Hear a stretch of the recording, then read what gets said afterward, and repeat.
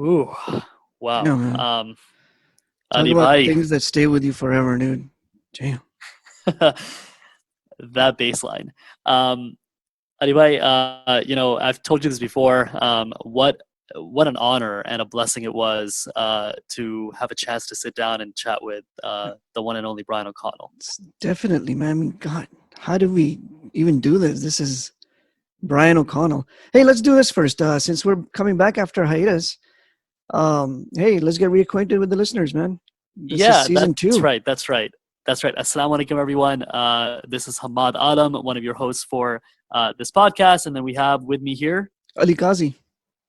Yes, and we are back for season two. If you've noticed, we've changed our name based on some feedback that we got. We shortened it a little bit, so now it's Dil Mange Aur, also known as DMA. We also have some new branding thanks to a really wonderful resident artist that we have, Sanya Hussain. So big shout out to Sanya Hussain Shout for out. helping us. And a shout out also to Sean Johari. Is that right, Ali Bhai, our previous artist? Yeah, Shanjari is my bandmate from Rockzade, and he was very helpful in supporting our effort here and providing the artwork before. Yeah, excellent, Sean. Thank you so much for carrying us through season one. But hey, look, this season we're really excited about getting into, changing things up a little bit. We're of course going to continue to reflect and reminisce on stories of histories of Pakistani pop and rock bands that have graced the scene over the past decades, but we're also looking to bring you some interviews, some insights, and some personal insights into some of these iconic individuals, but also some new and emerging artists at the same time. So we're really, really excited for that. And Adi Bhai, I think you have some other updates about our website. Yeah, there's another feature that we're going to add to our Facebook page, which is going to be a section for song interpretations or song meanings. And that's because we want to engage with our listeners more on the deeper interpretations and the deeper effect of all these songs, our favorite songs that have had on us and yourself. And, it's going to give us an opportunity to engage with each other. And that's what it's all about, right? We love when we hear from you. We love when you engage. We're really excited about season two dropping. We think you're going to love the content. And I think in particular, this conversation, just want to thank, of course, Brian for sitting down with us, spending so much time having this conversation with us, really delving into some of his stories, but also his journey and his experience growing up in New York and his journey all the way to Pakistan and, of course, being a part of Junoon. So we're really picking up where we left off last time. If you remember, we were with Junoon through their concerts at the end of last year, and now we're picking up here. And here's the interview with Brian O'Connell.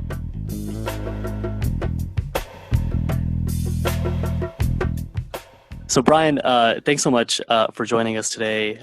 Just really appreciate you taking the time, and really, this is quite honestly a dream come true for me personally, and I know for the guys. One of the things that I think we've all been fascinated by, and I've just always wondered ever since the '90s when I sort of, saw you come onto the scene, is what's your musical journey like? What does that look like from the beginning all the way through? What are the roots of it? You obviously grew up in the States, and then you found yourself as part of the biggest rock band in Pakistan. So what does that look like when you first started? Oh, I'm grateful for my experience. My journey has taken me all around the world, really. Well, a lot of the Northern Hemisphere. But music was always a part of my life as far as I can remember back.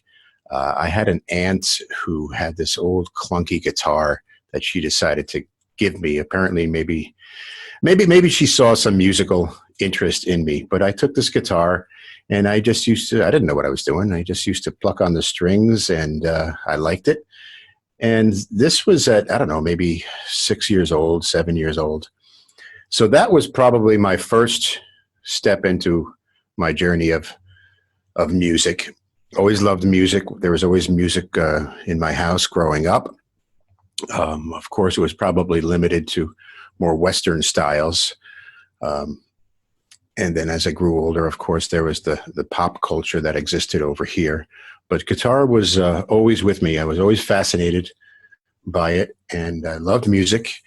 And my mother saw it necessary to get me lessons at an early age. And I took lessons with this wonderful, wonderful soul.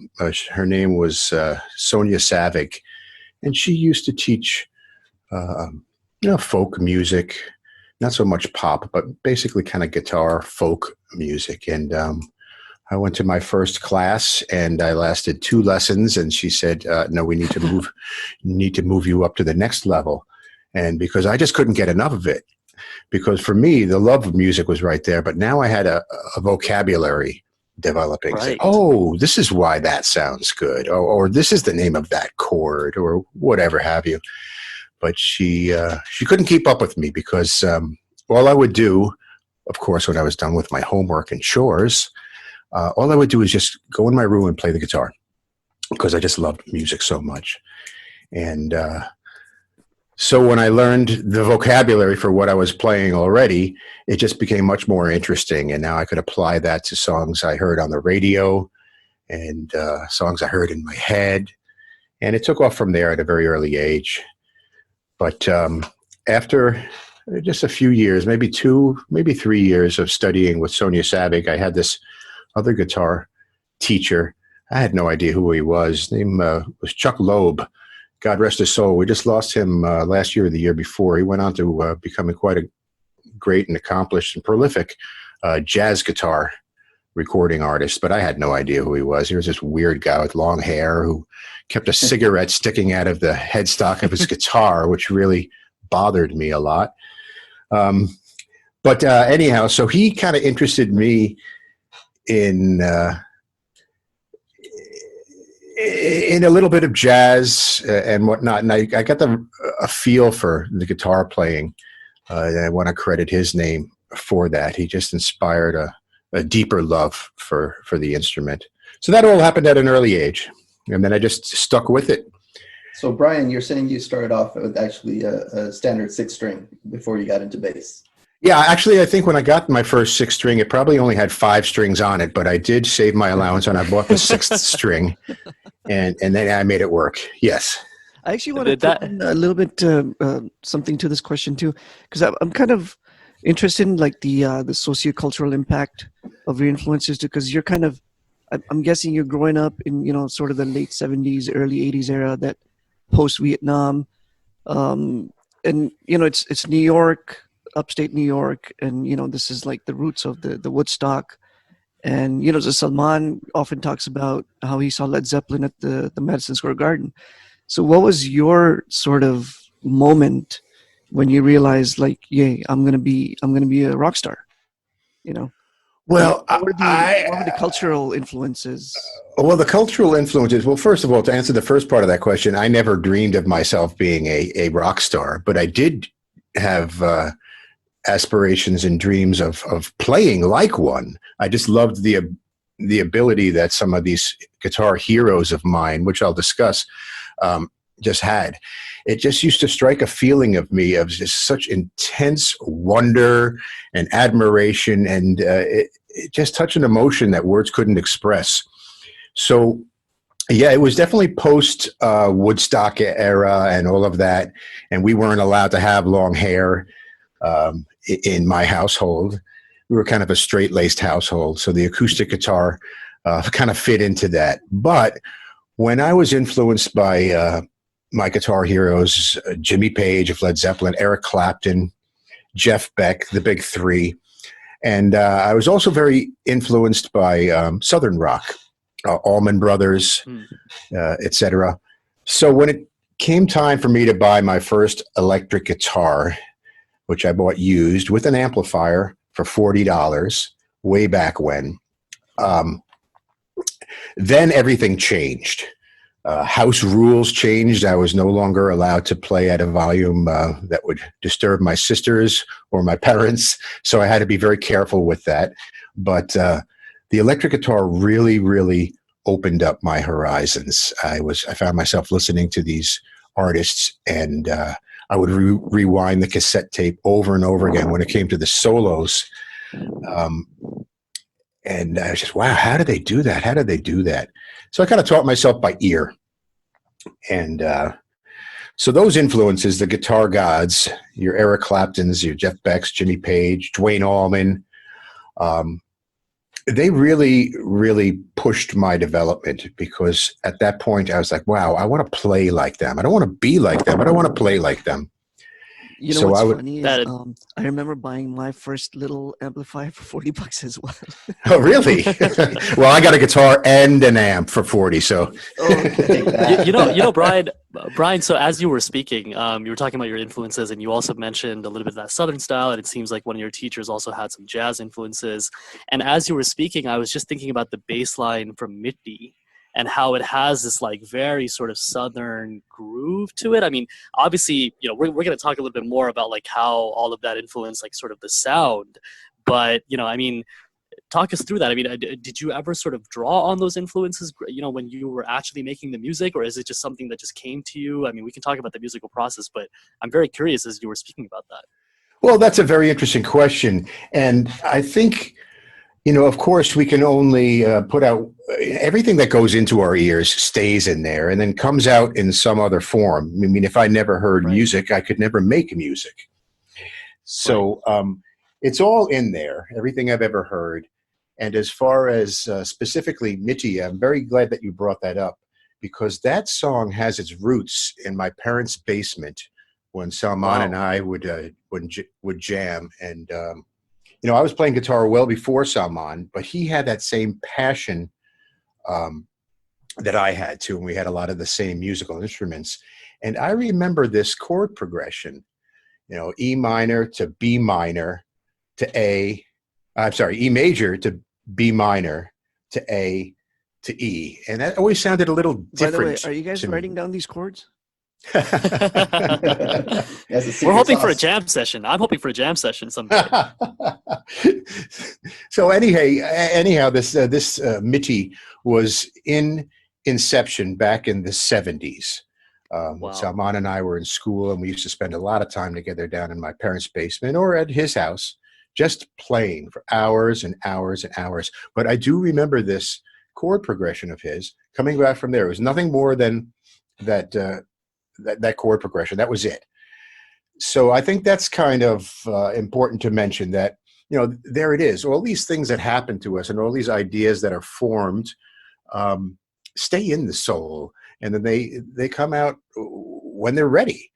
And, fast forward a couple of decades, and that chord progression reappeared in Mitti, and it just struck such a deep sentimental note with me, because I immediately drew upon the memory. And that bass line just kind of dictated itself. It's about as simple a bass line as it possibly gets. But I think the more one puts thought into it, yes, you might be able to make a more interesting bass line or a chord progression or melody line. Well, what's interesting in itself is you're saying that it could be a simple bass line, but then that simple bass line has such a heavy impact. And, because the way it ties into the song, and yeah, it's amazing. Yeah, well, when you write for a song, I think what lasts is when it comes from the heart or the soul. So it's almost like a knee-jerk reaction. The part will write itself. If I spend too much time thinking about it, then perhaps it might be interesting, but not appropriate for the song.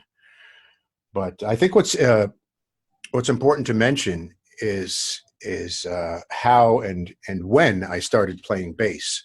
I'm a guitar player, and I only started playing bass for the band in a situation where I kind of had to. We had this gig, I believe it was in Islamabad at the Marriott, when Asad Ahmed was playing bass for us. I was playing guitar along with Salman in those days. And what year was that, Brian? Oh gosh, that must have been 93, maybe 92, wow. Way back when. And so I was playing guitar, and even at that point, I realized, like, wow, there's really no room for two guitar players, because Salman's talent in playing and writing and just his presence didn't need the support of a rhythm guitar. And no, so what I'm hearing is like your transition from guitar to bass kind of started with Junoon. How about some of the bands that when you and Salman were in the US and were jamming, if you played with any other bands, and And we can probably kind of get into like, how did you guys end up meeting each other, and how did you end up playing in a band Mhm. together? Oh, sure, sure. Back then, I was the lead guitar player and the leader of the band. That's kind of how things go. Nice. Either you're the lead singer and the leader, or you're the lead guitarist and the leader. So I would tell everybody else what to play, so I could just have fun and solo over it all, and shine in the process. And That's that pretty was badass. including Salman too. You know, I made him play the rhythms for the songs that we were doing. Uh, but you know, his talent just took off, and it really, really took off when he went back to Pakistan back in '81. You know, we remained in contact. You know, he's a very close family friend, and he would even stay at my mom and dad's when I was up at school in Buffalo. But he came back for me this one time, and he brought this Janoon One album, and I said, "Wow, who is that guitar player?" And he says, "That's me, Brian." Are you kidding me? So he had this quantum leap in his playing. It's like, wow. And now That's he's amazing. absolutely a force to be reckoned with. I'm his biggest fan. That is amazing. That's, you know, we're sitting here talking to one of our heroes right now, and we're listening to these, you know, origin stories, those humble beginnings, and this is a magical experience for us.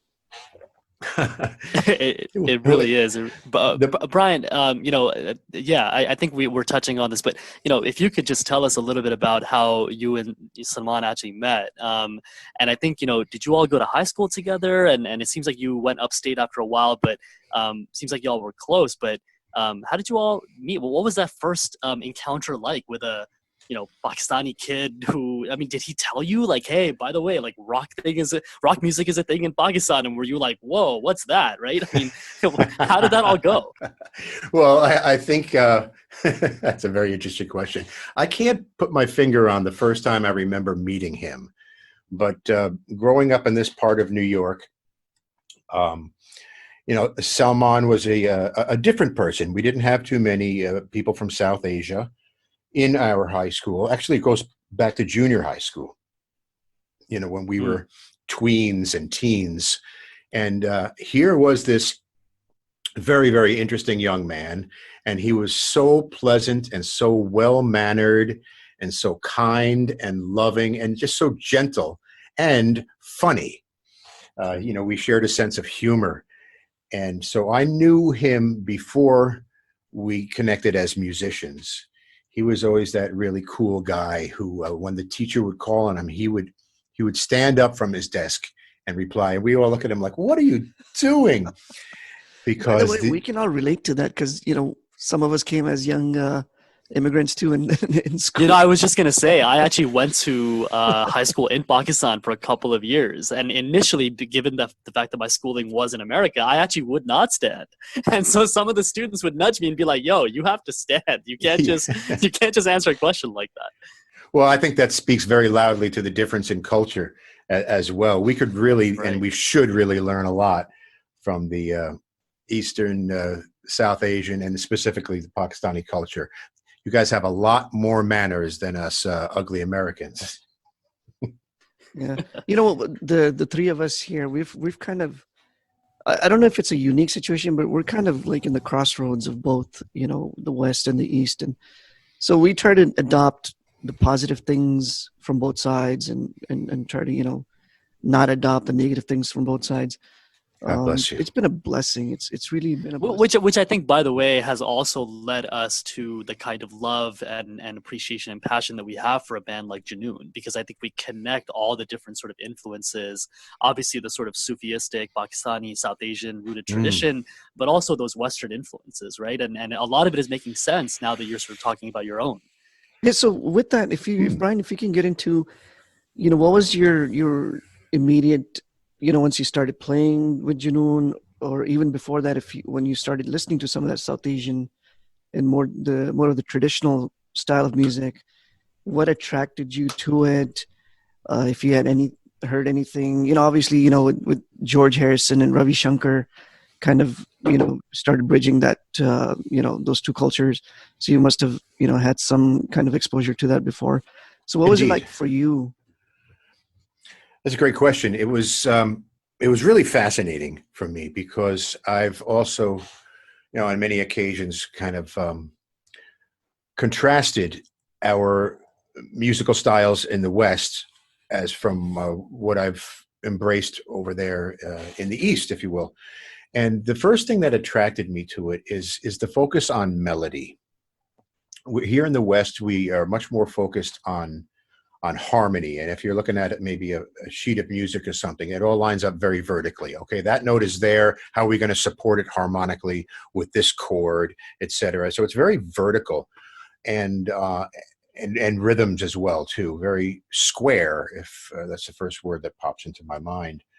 And then listening to music that Salman had turned me on to, and also in my own exploring, I found the beauty in these meandering melodies, which were much more complex, which is much more of a linear approach, much more horizontal. We're finding ourselves going, left to right if you grew up over here, or right to left if you grew up reading over there.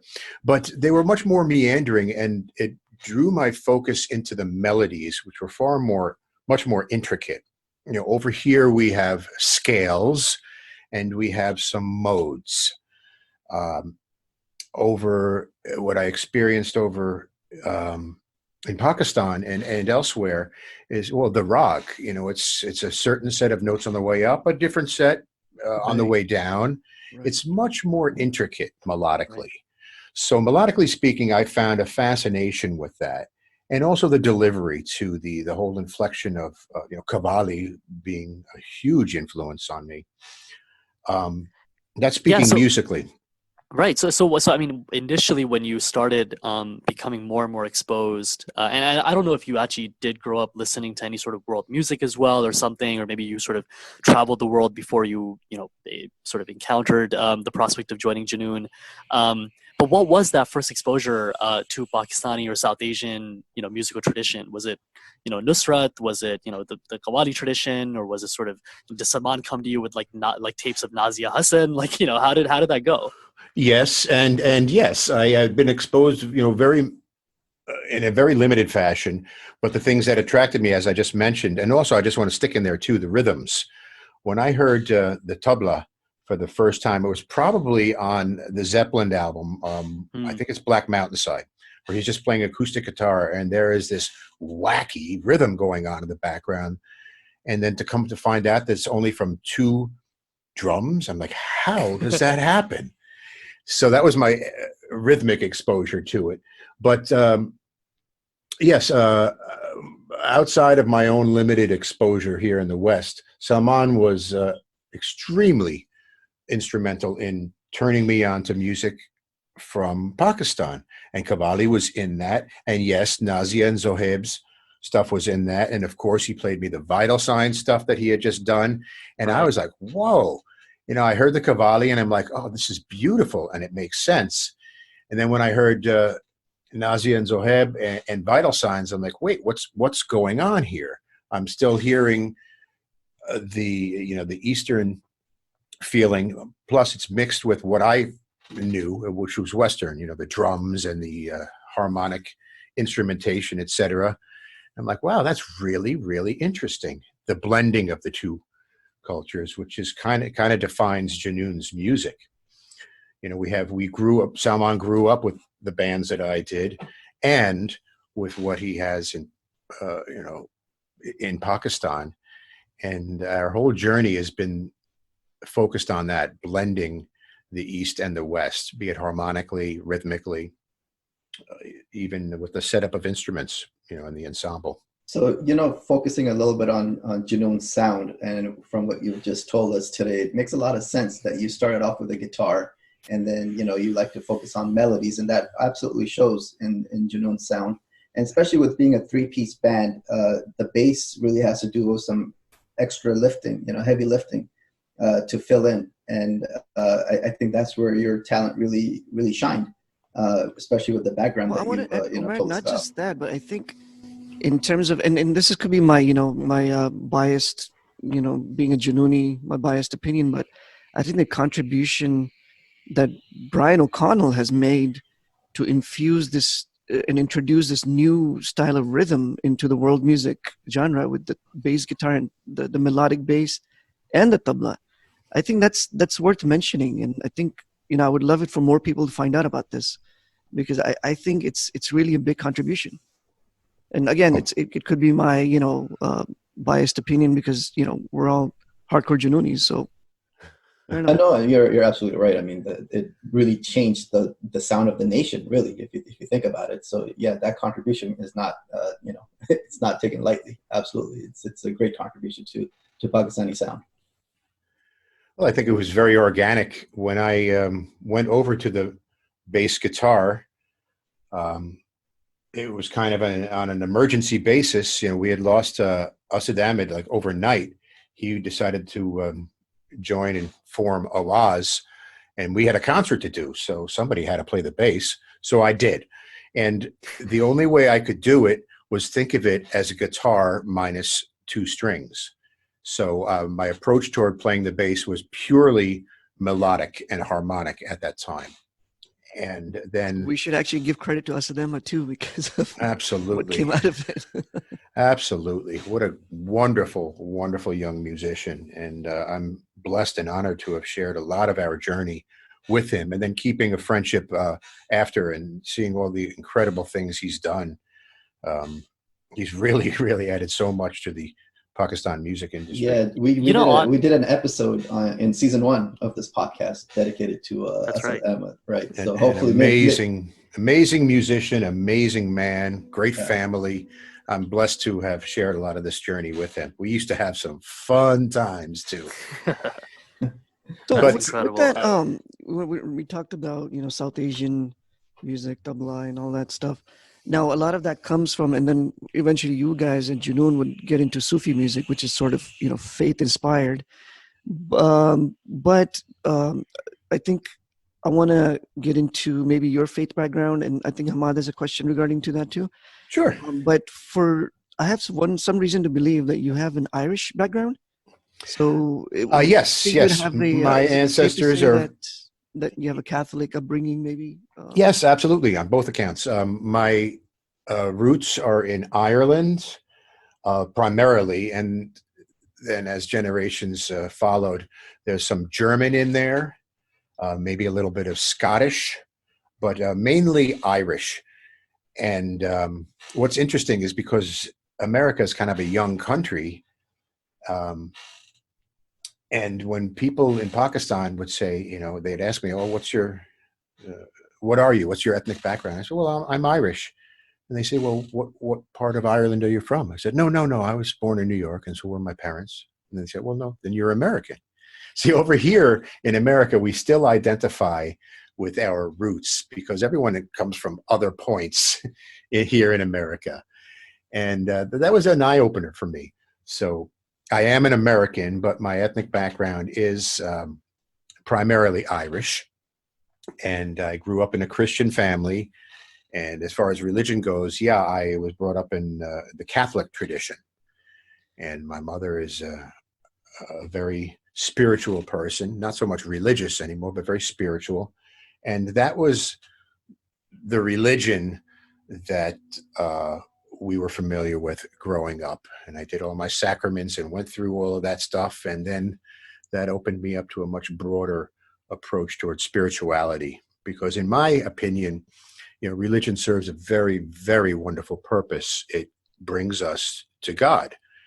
And there are so many religions around the world which are similar and different, etc. But the purpose overall is to bring us closer to God. And there are many rivers that lead to the same sea. To quote a line in a Junoon song, Goom, I think it's right. 5 rivers, Punjab. Right. So religion does serve a very, very good purpose in bringing us closer to our own journey, which is ultimately very personal. You touched upon, and this is one of the things that kind of makes us, proud to be Americans as well, because of that multi-religious, multicultural, aspect of being an American. And then at the same time, I think once you have, found yourself in that, you're kind of forced to recognize the spirituality and things that bring, people together. Religion, I know definitely in Islam that happens, that we have this sort of contention between spiritual and dogmatic, sides of religion. Mhm. Between the three of us and our team, we try to balance that as much as we can. So in your experience, were there moments where you were kind of more leaning towards dogmatic side of religion versus spiritual, and then making transitions between the two of them? And Oh, so how did that absolutely. go about? Absolutely. The dogma of religion is what got me connected to the religion, which is a path towards spirituality. But as I grew and explored and had the curiosity and the want to increase my knowledge of my higher power, that dogma lost its purpose. It got me going, but I didn't believe in the ritualisms as much. Now, make no mistake, they serve a very good purpose. It gets us going, and human nature needs that collective feeling of belonging to a group. And that might be a religion, it might be a church, it might be anything, but that serves a purpose as well. But when that purpose no longer was necessary for my spiritual journey, I looked away from the dogma and the ritualisms of my own religion that I was brought up in, and was also able to see the rituals, customs, and dogma, if you will, of other religions in the same light. They serve a purpose, but to be stuck in the ritualism was not my journey. And I often say that, yes, I am absolutely a Christian, and I can honestly say that nothing has strengthened my faith more than there's been a few times in life, but absolutely by living in Pakistan and the Islamic faith, absolutely unbelievably inspiring to me. So I've adopted a lot of that, not the dogma and ritualism, but I was very inspired by it. The simplicity of stopping everything and getting down and praying to our God. That's a ritual, and that is one of the most beautiful things I've ever experienced. Because for me, what that does, it puts things in perspective. Without my God, without our God, we are nothing. And that needs to be acknowledged. It needs to be put forth, and it needs to have its importance very, very clearly identified. And nothing does that better than, hearing that azan and everyone stops, gets down in reverence to God and praises him and thanks him. We submit our petitions to him. We acknowledge him as our maker and the main focus in life. So that is probably the most beautiful thing I've experienced, and that's present in all religions. But living in Pakistan, that just really, really kickstarted my faith, and it's been a beautiful thing. Yeah, that is absolutely beautiful. And thanks for doing that. Actually, I've never really heard it put in these kind of terms. So yeah, really, thank you. Oh, Yeah, Brian, as you were speaking, I was also thinking about the fact that, and in so many traditions, music is a manifestation of how you sort of express your belief and also your devotion, but also how you experience God and spirituality, right? In so many indeed. different ways. And I think Junoon, of course, exemplifies that for so many of us. But it wasn't just the words, right? I mean, so we could. I think we've done this. We've discussed the sort of the spiritual dimensions of Junoon and the specific songs, but just the experience. I mean, I know from my very, very limited experience of making music with others, that even that process of making music is spiritual in and of itself. It sort of transcends that. So, I mean, does any of that resonate with you? I mean, when you sort of found yourself making music, or sort of, helping write lyrics, or, just thinking about the concepts, did it seem like a spiritual experience to you at times? And sharing that Absolutely. bond with Saman and Brian, or Saman and Ali? Absolutely. Absolutely. I think that music is, you just said perfectly, is an expression that it's hard to put words to. It's an art, like most art. it imitates life. It imitates our soul. It's an expression of our soul. And where words don't work, that art form kind of bridges the gap. And when I got in touch with that, having the inspiration come from my soul or whatnot, it just made much more sense. It's a much more natural thing. So, and that's what Salman and I and even Ali share. We know that it's much more honest in art form when it comes from the soul. And then there came a point in our writing where it became much more, from the brain, it became obvious that it's almost a responsibility as well. If you have something to say, why not let it be something good to say? And music speaks a language which everyone, it cuts through cultural, linguistic barriers. It just touches people's souls. So if you have a vehicle that gets into people's souls, it's almost a responsibility to be transmitting a positive message. And to go even further, at that time in Pakistan, it was very, very evident to us that there was a lot of suffering going on the face value, and we all must exist within that.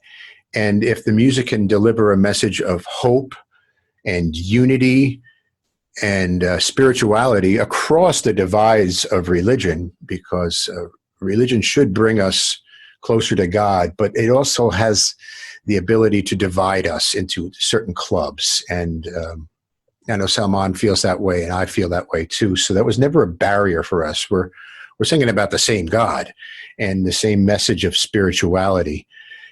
And it becomes a responsibility, I think, at some point. If you've got something good in your life and something that can help other people, what a way to express it. And because some people will identify with the music first, and then they'll hear the lyrical content of it and then get a taste of that spirituality, which draws them in. So there it is. Absolutely. I appreciate those words, Brian, because I actually briefly lived in Pakistan as well. And in fact, had moved there briefly for high school when Parvaz had come out in 1999. And in many ways, I think Pakistan's sort of, the sort of situation out there, the kind of conditions that I think Pakistanis were facing were actually deteriorating a lot, around that time. And I can tell you that just the fact that, Junoon's album, which was, I think, released in 2001, it was called Ishq. Just the fact that it was called love itself is actually just a statement in of itself to say, look, we hold you. And at least that's the impression that I got, that Junoon in many ways was always looking out for us. And so many artists. I mean, I can tell you that there was so much healing that I think so many Pakistanis were able to, feel through the experience of listening to their artists and their and just whether it was going to concerts or whether it was just listening to you all on the radio. So I just want to tell you from my experience living in Pakistan that's absolutely right, and just want to thank you for that, first and foremost. Thank you for saying that. Yeah. Absolutely. Let's get into Ahmad. No, go for it. Let's tie that into you mentioned Parvaz, which was like. We just talked about the spiritual side and sort of the metaphysical side of the music, but let's get into some of the material side of music. Parvaz, you mentioned, and that's like one of the most, prolifically, the most sophisticatedly produced album out of all of Pakistan. Going back even further than that, between between Junoon and Talash, the first album and second album, as Brian comes in, there's a considerable difference between the production quality, the songwriting, and how the songs are laid out and put together. So how does that evolution happen between the Junoon albums? Well, I think that there's a number of factors involved. I think if you hear any big difference between the first album, Junoon, and then Talash, you're hearing a few different elements. When I came on the scene, I came with my ideas of production, my ideas of musicality, of the whole ensemble. So there's obviously going to be changes there. And also, technologically speaking, the advances were getting much more significant. You know, we could record things in a fidelity that wasn't available to us just a couple of years before. And now when I look back at that, you know, I remember those Talash days. I'm like, wow, we can do all these, we can do 7 tracks at once and designate the 8th track to synchronizing this drum machine. Wow, what an amazing world we live in. And now here I am sitting in front of my computer, knowing that I can make a much higher fidelity recording with much less money. And we live in an amazing world, technologically speaking. So the progression has a lot to do with it technically, you know, what was available to us. And then, of course, you know, the writing develops as we go along. At the time of Talash, you know, we had a whole bunch of different ideas we wanted to get out there, a lot of very Western influenced stuff, and still a lot of stuff that, you know, Salman retained his Pakistani identity with. So that's still all in there. But I think what differentiates the following albums from the first one or the first two is the progression of getting an identity. And I had mentioned earlier in the conversation here that we realized a responsibility as well too. So perhaps the lyrical content and the delivery, etc., became much more personal with our love for Pakistan and the God-given blessing of being able to deliver a message which unites people, which creates an awareness to struggles that we were all dealing with at that time. It just relates much more to the listener. And I think that's a sign of maturity in writing. So, yeah, what's been amazing for at least me and Omer growing up with Junoon is that every phase of Junoon, because, you know, there's always evolution in sound. And, you know, I think a lot of bands go through that where, you know, you kind of start off with like a lot of passion and force and then kind of get deeper and more sophisticated later on. So growing up with them, at least for me and Omer, it was always what we were feeling in that particular time, going from Talash and Inqalab being my favorite album because there's so much power in it. And then going to Azadi from that and Parvaz and Ishq. We kind of evolved with Junoon in terms of that sound. So was it you guys feeling the same thing, like, you know, having that surge initially with just kind of put everything out there in Talash and Inqalab and then start to kind of, you know, simmer down a little bit and get more sophisticated with your sound? How did that all go about? Yes, maybe not getting more sophisticated, but I think, you know, when we talk about albums like Azadi and Parvaz, Azadi is probably closest to my heart because we had brought on board our dear friend and brother, John Alec, who Salman and I both shared musical and personal journey with here in New York. We brought him over for Azadi and Parvaz, and he brought his interests and his vision into that as well. And I think what's important to say is that his perspective and attraction to the music that we have in Pakistan was kind of along mine too. The interesting melodic structures and, more importantly, the rhythmic structure, the tabla and the dolak.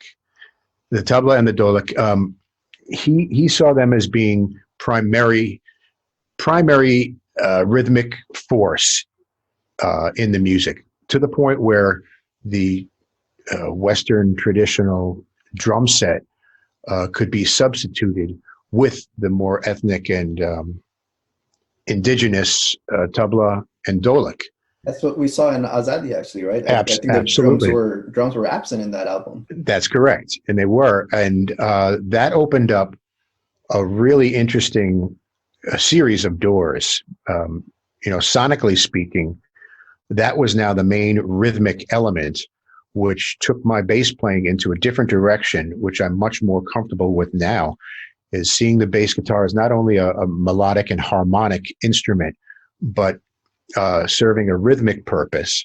And the rhythms being driven by the subcontinent rhythms are much different and much more sophisticated, much more beautiful, in my opinion, than what we grow up with over here in the West. So that gave me the opportunity to really, really listen to the rhythms and how they were going. And that was just wonderful. And that experience of Azadi and Pravaz was, I think, in my opinion, for me, the highlight of Junoon's journey. And again, what a contribution. And I just can't, thinking about this, what a contribution you have made to that, infusion of bass guitar and tabla and the melodicness of what comes about from that. It's again, this is all this stuff is so magical right now. Now, Brian, I guess I have a little bit of question about the process as well. So, I mean, you said you started off obviously with, guitar. You consider yourself a guitar player. Bass just sort of happened out of an emergency situation, and you needed a bass player. So, I mean, a lot of, at least, when I've written some music, let's not talk about that, but when I've written some music, it's been sitting on the guitar and just sort of, so, I mean, did you ever sort of do that? I mean, did you, sit down with your guitar again and just say, hey, I'm just going to create something and go back to Salman and Ali and say, yo, what do you think about this? Was that constantly happening with you? Yes. The guitar is still my go-to instrument when I have ideas, etc., and they're usually presented in that fashion. I still think like a guitarist. I still identify as a guitarist, and that's my go-to instrument when I want to play bass. I pick up the bass. I'm very blessed. I have this little tiny room I'm sitting in right now that has has a bass. It has a guitar. Has a bunch of little black boxes with buttons and LED meters, and so I can just come into that thing. And if I feel creative, it's always the guitar I grab first. Well, how do you feel about the bass? I mean, or how does the bass feel about you? I suppose knowing the guitar is your first love. Well, it serves a purpose in Junoon's music. It serves but I definitely do not consider myself having much talent as far as the technical side of bass playing or even guitar playing goes. I just have the passion for it, that's for sure. But I don't consider myself a very accomplished bass player nor a guitar player. But there's always room for improvement, and I love that, and I'm inspired by the instrument, so it's always with Brian, me. We beg to differ on that. Felt. You can also ask how the guitar felt about Brian's Yeah. So Brian, I think every member of the band has had a unique journey, culturally speaking, and that bound a certain kind of sound together, right? I think Junoon was one of the first bands to successfully fuse the folk Pakistani sound with like a classic Western rock, British rock, American rock. Mm-hmm. And that influence is felt throughout, especially the first three albums, Inqilab, Talash, and Junoon. That right. Classic rock is there, and then in Azadi you still have like Yarbin is still using some Led Zeppelin licks and things like that. Oh yeah. And so we have the Western, we have the Pakistani, but if I were to focus a little bit more, at least three of you, John Alec included, are from New York or had spent significant time in New York. So yes. Do you feel there's a significant New York type influence or sound in your music? Well, I don't know if there's a New York influence on Junoon's music, but I will go as far to say boldly that there is definitely a Junoon influence here in this part of New York. I mean, there's a vibe that you can feel. John Alec is 1 mile down the road from me, and Salman's about a couple of miles in the opposite direction. And we bring our Junoon, we bring our love for the subcontinent, our love for Pakistan, love for the Junoonis. We bring that here. So hopefully our Junooni influence goes out into New York rather than the other way around. But it's unescapable. We were born, John Alec and I were born and raised here. Salman spent a great deal of his life here, returned to Pakistan. He has his roots in Pakistan, but he's been living here for a long time. And so it's a blend of both. But I think that this place here where I'm sitting right now could benefit a lot from the love and beauty that I've experienced in Pakistan. So it's kind of a duty or a responsibility of mine to project that in all aspects of life, being music, which is what I do professionally, but also, culturally speaking, I try to emulate that because I've adopted that into my life. My love for the people of Pakistan, the culture of Pakistan, for the religion of Pakistan, for the spirituality is a very, very real and genuine bond, and that has enhanced my life to no extent and continues to. Well, Brian, I just want to say that it's enhanced ours, and I think it's very, very palpable. So I do appreciate you saying that, but I can tell you that, having never spoken to you, I just know that it's there. So I appreciate that. But I do have some questions around that particular decision that you made, because look, the reality is that obviously I think Pakistan is such a rich place. I obviously partly grew up there. I cannot tell you the feeling that I have when I first land. I can go back every 6 months, and it's really the same feeling every time whenever I first land in Karachi or Lahore. So I guess my question is, was it a difficult decision for you when you first, I don't know how that conversation went. I'm guessing someone, or someone asked you, hey, what do you think about joining us? And you decided to just pick up and move halfway around the world to this place that you probably had never been to. And you probably may have been hearing some things about, right? Although I'm sure you sort of separated those things in your mind. But, what was that decision like to actually just pick up and go to this new place? Well, it was kind of, it just happened very quickly, organically, and not with too much thought. It was just more heartfelt. But I do remember the day. It was March 17th, 1992. And I was about 7 years into this job, completely unrelated to music. It was in the area of human services. And, it was a decent job. I loved what I did. I was helping others. And Salman asked me on that March 17th, St. Patrick's Day, if I'd like to come over and spend a little time and help out with the Talash, what was to become the Talash album. So the way it was presented to me was like, all right, come over for a few months and, experience that part of the world, which I already had a fascination with. So the decision was very easy. On the 18th, I quit my job, and then I sold my truck, and I moved from Buffalo back to New York, and I dumped all of my stuff in my parents' basement, and I got on a plane wearing all the wrong clothes. That's when the Karachi airport was the old one. I had come from Buffalo, right. And in Buffalo, we only have 2 seasons. We have the winter and the 4th of July. So I get on this plane wearing a turtleneck and a corduroy jacket. We land in Karachi, and the doors open, and this blast of Karachi heat hits me, and I almost died. Welcome to Karachi. Welcome to Karachi. My wife always brings that up. Like, as soon as you land in Karachi, just that burst that comes out as soon as you step out of the airport. Well, because with the old airport, you probably just came out right out of the plane onto that sort of like staircase, right? It wasn't an actual terminal that was air conditioned. So no, not at all. And I was the first one on that line because I couldn't wait to see this country, but I felt it before I even saw it. It's like, whoa. So coming over there in May was kind of an eye opener. By the way, baptism of fire. Yes. On our team, Hamad frequently goes to Pakistan and Karachi, but Omer and I have never been to Pakistan. This is a fact, by the way, Brian, that I have brought up many times on this podcast, and I was refraining from doing so, but I appreciate Ali pointing it out. I went there when I was like 6 years old. And by the way, next week, I am going to Karachi for the first time, like after 35 years. Wow. That's a world event itself. Wow. Pack away the turtleneck and any kind of jackets you're going to be wearing over here. Oh, wow. That really takes me by surprise. So in a way, I am much more familiar with the land than you are.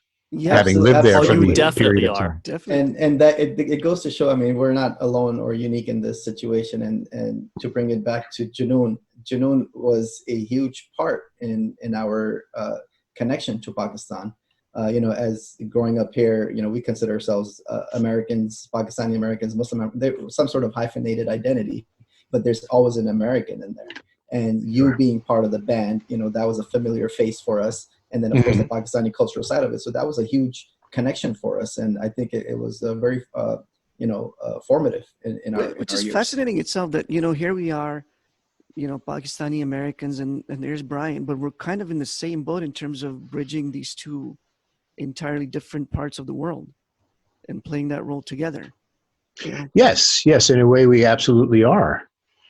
And I'm just so glad that you're getting back there. My goodness. Yeah, You, it's actually a major world event. So, it was Junoon's reunion and then Ali Kazi going to Pakistan. It is about time. It is about time. But Brian, I also, I'm just someone who is really fascinated by how we absorb our world and how that influences us. And then also from like sort of an artistic perspective, how that then, and you mentioned it's all in there, right? And it all sort of manifests itself in different ways. So I wonder, did you get to extensively travel around Pakistan? I mean, besides sort of the shows and concerts that you probably played, I mean, did you, ever just sort of take time to be like, you know what, I'm just going to visit, Peshawar and sort of see what the culture's like there, just to kind of absorb this country and see what it's like. And then, similarly, sort of or relatedly, did that then sort of influence the way that you approach the music and sort of, how your artistic creation with Junoon? well, Hamid, I got, I had the wonderful opportunity to explore the North a little bit early on. As you all know, I was married to Aisha Alam, and we have a beautiful family together. And Aisha and I went up to Islamabad, and we took her dad's truck, and we just drove north as far as we could possibly go. And my eyes were opened to a beauty that I had never seen outside of pictures. Right. And that struck a very, very deep chord with me. For me, the most beautiful part of the world I've ever seen is the north of Pakistan. Starting, as our journey up through Murray, which I had been to with Ali, he exposed me to that, and then Gilgit, and then points elsewhere. And then we finally got up to Sust, and we're able to walk into China Oh, wow. and just see the incredible, incredible landscape. And then spending a bit of time in the Hunza Valley. The Hunza Valley for me is kind of like my Shangri-La. It's Wow. the most beautiful Gorgeous. place. Words can't even fit the natural beauty and the culture there, and the Hunzakuts and the way they live. I can't wait to get back there again. We had that blessing when shooting a video, maybe this time last year, or I don't know when it was, about a year ago or so. We went up north, and I just identify with that part of Pakistan, with that part of the world, as being untold beauty. And I don't know. I digress. I got so excited about the north of Pakistan that I forgot what the initial question was. No. I love it. I love it, and this is exactly what it's. And so I've similarly been to these areas, Brian, and of course, I think for me, growing up as a Pakistani American and sort of hearing about the motherland, I think it's just it's a beautiful sort of. This is kind of I'm playing this theme out, but it's a really spiritual experience, frankly. But you're absolutely right. I mean, I think it's such an entrancing and gorgeous place. But my question essentially was, I mean, did that experience of just exploring these different areas and seeing, frankly, the diversity, right, of the cultural diversity, the the linguistic diversity of Pakistan, did it help you to kind of understand? Maybe sort of Junoon's ethos and kind of its real kind of impact on Pakistan, and similarly Pakistan's impact on Junoon. Yes, perhaps it does, simply by exposing a deeper root section of where the art form comes from. We get a much more organic exposure to the kind of music that's coming out of the north, etc. And then you mentioned Peshawar before. I just love the beat. I love the Pashto culture, and I love the music that comes out of there. This kind of lopsided beat. It sounds lopsided to this American who grew up in square 4/4 and 3/4 and 6/8. But that's like, wow, that's so cool. And these people, it just comes so naturally to them. And to this Westerner, I really had to wrap my head around it first, and then let it sink into the bones and then into the soul. But it's just such a beautiful music expression, simply based on the rhythm. And so what we find as we travel through Pakistan, it is, like you said, it's so diverse, culturally speaking and musically speaking, too. From the qawwalis to that wonderful Pashto beat, which I love so much. I mean, we did a song Loishe that kind of reflects that a bit, and I just love the rhythm of that song. So you mentioned Loishe, and I guess we can probably get back to Junoon now. And what I'm really curious about is, okay, so 2005-ish, where you guys, for lack of a better word, take a hiatus, right, from Junoon. And then 2019, the world is drastically different. I mean, the way we live our lives are just, it's very different. It's a new world. So going to a Junoon concert from back then, is 2005 is the last time we saw you guys at the LA Coliseum. And then now, 2019, where we're, we're talking to each other over text and WhatsApp and uploading, at the moment, uploading these pictures and videos and sharing it with everybody across the world. It's a different world, and seeing Junoon in this light was a different experience for us, and very profound one. How did you guys, from your side on the stage there, what are you guys seeing in this new world? Well, as you mentioned, the growth, the exponential growth of technology does create a new playing field for everyone involved. And it can be a blessing as well. It can also be a curse if we get too involved in it and lose the ability to express our feelings in a more organic and personal way.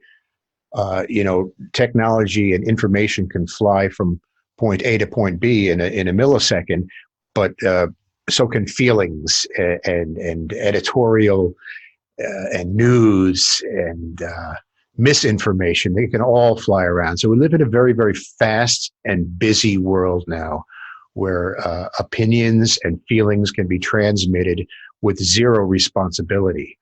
The face-to-face interaction is just not present in all of that, which can be potentially very, very dangerous, as we've all seen. But getting back to the other part of it, it also gives us a blessing of staying in touch. And regarding the hiatus, which Junoon went through, we all remained in touch personally, but our journeys took us in different places, etc.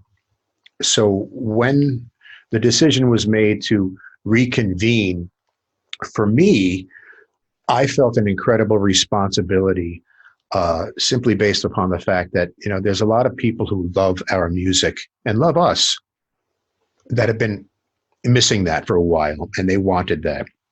So my decision simply came from that responsibility to our fans.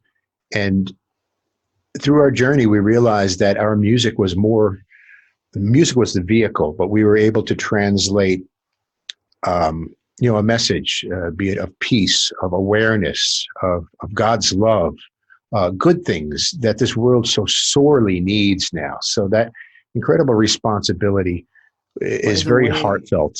Go ahead. Sorry.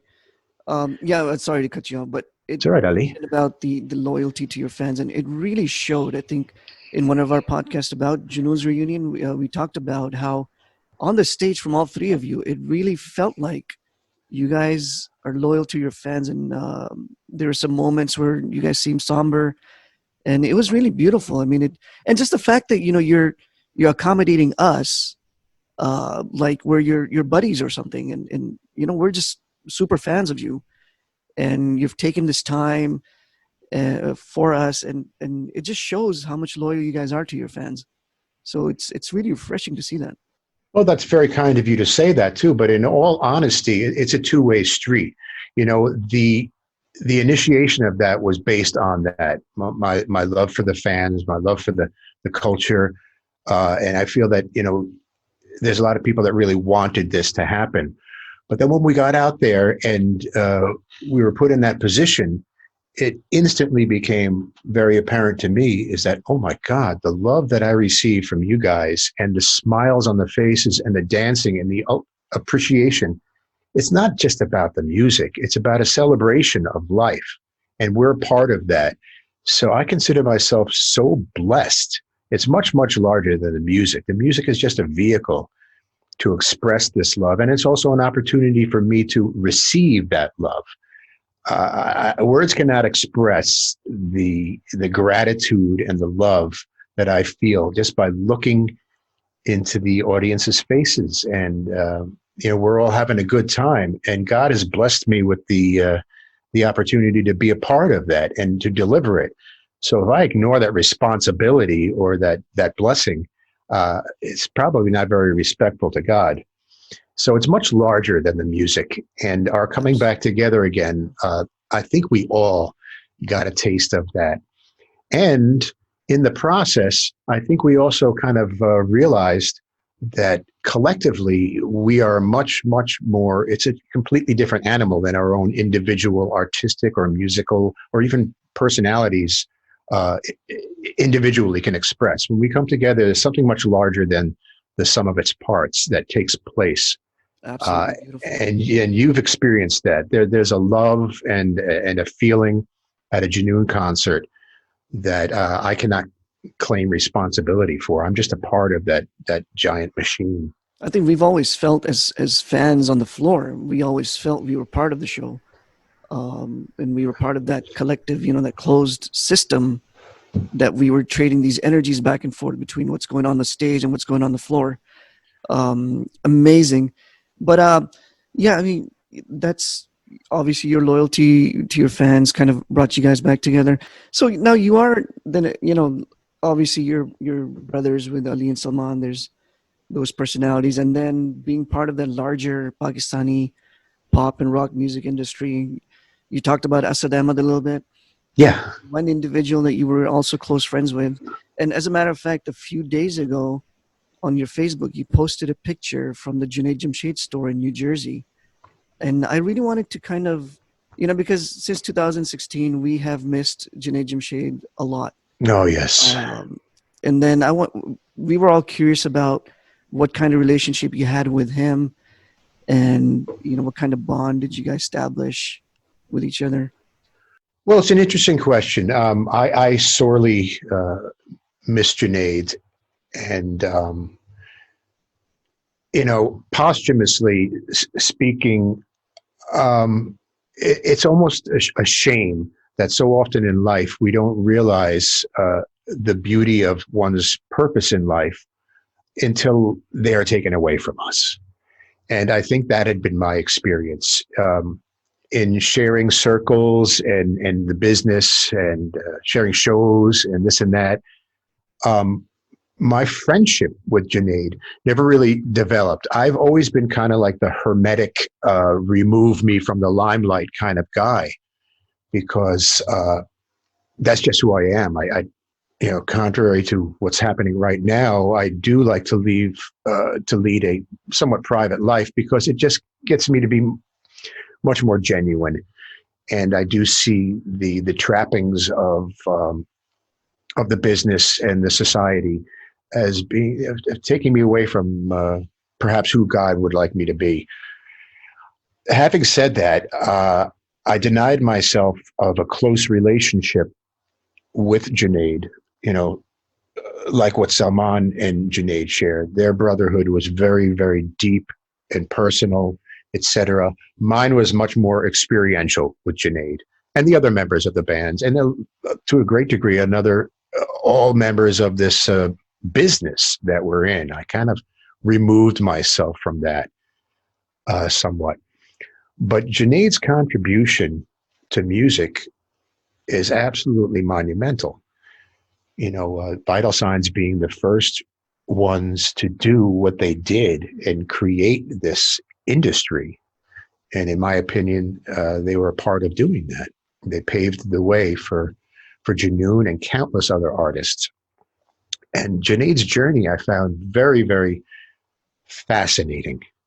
From my perspective of being on the outside and just observing Junaid, he's very much a part of the showbiz industry, which was, interesting.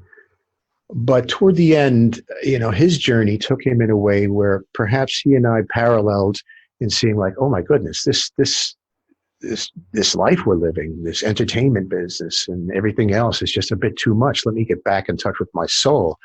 And his expression of that was very, very dramatic and is seen by the public as being rather severe. And there's a lot of speculation on it, et cetera, et cetera, et cetera.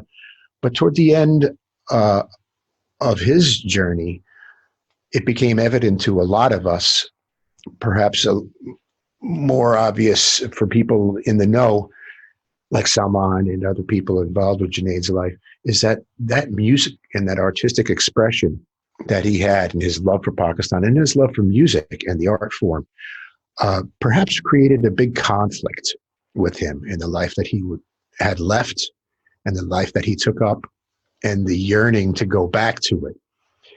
And he did venture back into it too. There was interactions with Salman and there were musical ventures toward the end. And his life was just snuffed out way too early. It always leaves us, the rest of us, looking at that example like, oh my God, how did that happen? Why did that happen? Right. And just leaves us all shaking our heads, and the tragedy of it all. Especially after such a fascinating journey as a person, musician, artist. What a journey he had, and what an influence. And we can keep his memory alive as we're doing now. But as I said before, sometimes someone's purpose on earth doesn't become quite as clear and significant until they're taken from us. And that's kind of heartbreaking. Brian, I can tell you, I remember the day that we found out, and I think all of us collectively, it's hard to process such a thing. And I can tell you in the collective consciousness, and I know you know this better than so many of us, that in the collective consciousness of Pakistanis and frankly many South Asians, I think, and those who loved him and his music, he represented so much. And in fact, his journey itself had such an incredible impact, I think, on all of us. Those of us coming of age and sort of exploring these deep questions, right? And these deep conflicts that I think, many of us have, and I think it's okay to have, right? That he did have, and I think they publicly manifested, but just the beauty with which he dealt with those questions and those conflicts, I think, really, resonated with all of us. And frankly, I think in many ways, his journey exemplifies what a beautiful and also complex and dynamic sort of society I think Pakistan is.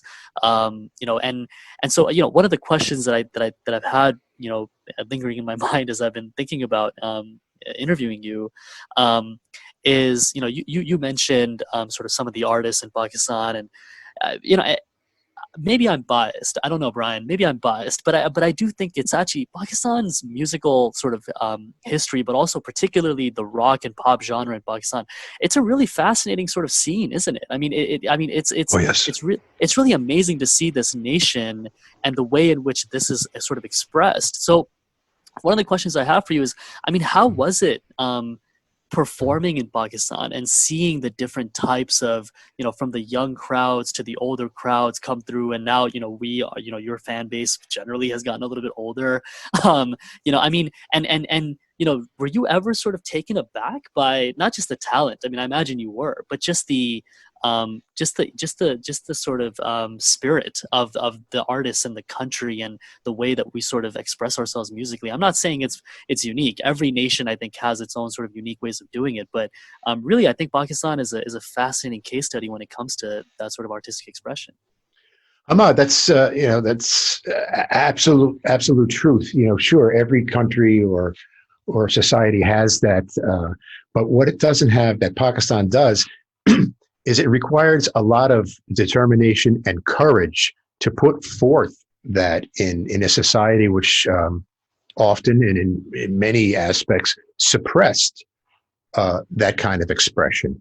And when rock came on the scene, it was viewed as haram. And we experienced that. We were banned from the airwaves, concerts. We were banned from public performance. We had death threats from the reigning government at the time. So this artistic expression was viewed as not only not proper for the culture, but also perhaps potentially dangerous in maybe our artistic expression and our lyrical content and our ability to just hold a mirror up to a society which didn't want that mirror held up to them. Right. And, compositions and the brainchild of, things like Etisab, etc. That struck very, very deep with some people that needed to hear that. But so it's not just artistic expression of all the rock bands that came out too. It was the courage of delivering something that you believe very strongly in a somewhat dangerous environment. Beautifully put. So as we're obviously we are keeping you here for more time than we promised you. I hope that's okay. I'm enjoying every minute of it. You guys are the best. But I thank you so much. And again, we do want to kind of going in the direction of wrapping it up. But I would be remiss if I did not bring up this very sensitive topic. There was an event that affected all of us very, very deeply. You were over there, we were over here, but we kind of shared the same pain.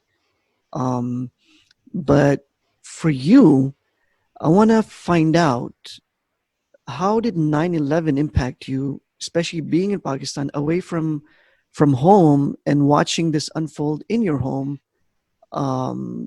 Like I said, like we were deeply affected all the way from Los Angeles as well. The world just kind of changed. It was, the earth from beneath our feet was, removed. But how did it affect you? Was there more homesickness that was coming out of that? And yeah, so if you feel like, you want to talk about this, if not, then I understand. But yeah. Mm-hmm. Ali, well, first of all, I was in Karachi with my daughters and my wife at the time, Aisha, and we were watching some sort of kids video at the time. And when I got a call from Ali saying, "Brian, turn on the news," and I turned it on, and all eyes were on the television. And this was after the hits on it, but I did watch on live television while on the phone with my father here in New York, that first building come down. And so obviously the first things that go through one's head there are bewilderment and disbelief. And that sends the conscience into a frenzy of panic. And you immediately want to know about the safety and well-being of your loved ones. So that was the first thing that happened, because my brother-in-law was working in that area at the time. My other brother-in-law was a firefighter in the area at that time. Everyone's life was touched. Everyone's life was touched.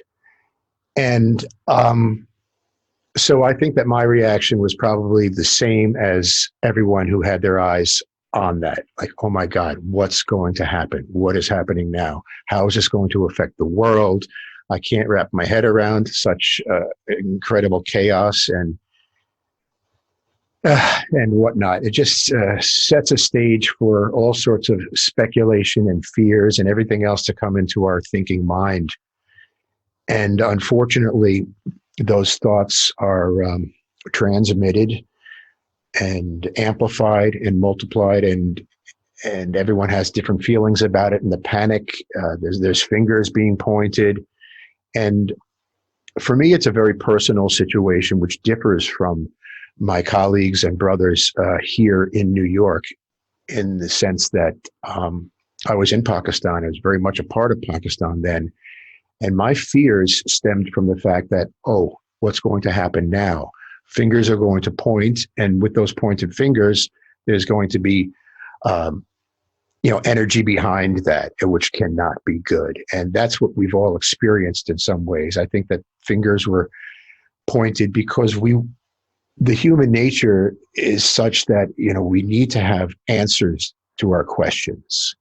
Right. And even if they're incorrect answers, we draw a satisfaction of saying, okay, well, now I know who to blame, or now I know who to hate, or now I know which side I'm on. These are all very human natures. And this is very, very destructive to one's personal spirituality, if you will, and collective as well. And we've been smarting from this ever since. It was a horrible event. Horrible event. Things that we had feared as a result would, kind of did materialize. But then, there's always that rose that kind of grows out of concrete. And when you guys did the song No More, that voice that was sorely needed came about. It was such a heartfelt song. And I'm guessing and I'm assuming that there was a lot of sincere and genuine heartfelt message that was conveyed from the three of you through that song. Oh my God, absolutely. Absolutely. I mean, every part of that song was an expression of what we were all feeling at that time. Look, black and white TV, red is all I see. That kind of hits it on the head for me. What we have is we have a television set and other people's opinions being offered to us, which we somehow feel we need to hang on to or draw judgment from. And all I was seeing was red. I said, this is all bad and it's going to grow, hatred and fear. So much stems out of that. Wars are fought over that. And it's unnecessary. Yeah, absolutely. Brian, you said something like, there's going to be fingers pointed. And, the thought that I just had is that there are some who point fingers and who frankly do worse. And there are some like you and Salman and Ali and so many other artists, frankly, who actually bring hearts together. And I think, frankly, Junoon has been at the forefront of that. I mean, I came of age around 9/11, and that dissonance I think that Ali is alluding to of this duality, right, which you experience having lived in Pakistan at that time and being invested in that country in every sense of the word. You were there, your family was there. It's a different experience. It's a different experience, and it was a traumatic experience for so many of us. But what I can say is that, when I got to attend concerts in Karachi, I got to attend concerts in Los Angeles. I've now had the pleasure of attending a concert in New Jersey and San Jose as well for Junoon. I can tell you that multicultural representation first and foremost, but second, I mean, even just as a young American Pakistani growing up and seeing you all rock out on the stage to Iqbal's poetry, for instance, that was something that allowed me to feel like there wasn't that dissonance between my American and Pakistaniness. I don't know if you've heard this before, but I just want to sort of let you know what type of role and impact you had on all of us, and Junoon had on all of us. Well, thank you for saying that. I think it's important that we all kind of express that stuff, in the events that serve to divide. And as you mentioned before, too, with the fingers pointing, it's just human nature and perhaps political nature to point a finger. But it's very scary that, along with that pointed finger, we have armed, we're pointing guns as well, too. And I think if there's any message that it can come through it all is, resist the feelings of fear and judgment. And if there's any time for love and peace and cultural exchange and religious understanding and tolerance, it's right now in the face of all of that. And that still rings true on a day like today. It's a different world we live in. And I think when we understand that our feelings can be amplified and distorted with the technology we have now and the power we have behind these pointed fingers, if there's ever a time for love and peace, it's absolutely this morning. Absolutely. Brian, on behalf of the entire Dilmange R team, Omer, Ali, myself, I just want to thank you so much from the bottom of our hearts for really taking the time to do this. We want to respect your time. You've taken so much time to really delve into, these stories. And I can tell you that, again, like I said at the beginning, this is really a dream come true. So really, really appreciate you sharing all of Absolutely this with us. magical. Oh, Thank you so Hamad, much. thank you so much for saying that. And Ali and Omer, thank you so much for being a part of that. Get yourselves over to Pakistan as soon as you can, please. And you guys are the best. I love what you're doing. And thank you so much for the love and respect that you Just you you give saying that Janoon. is everything. Brian, we're carrying on your legacy, frankly, and the legacies of so many of these artists. So thank you so much, Brian. We really appreciate you joining us today. I really cannot thank you enough. It's been an honor and a pleasure. God bless you guys.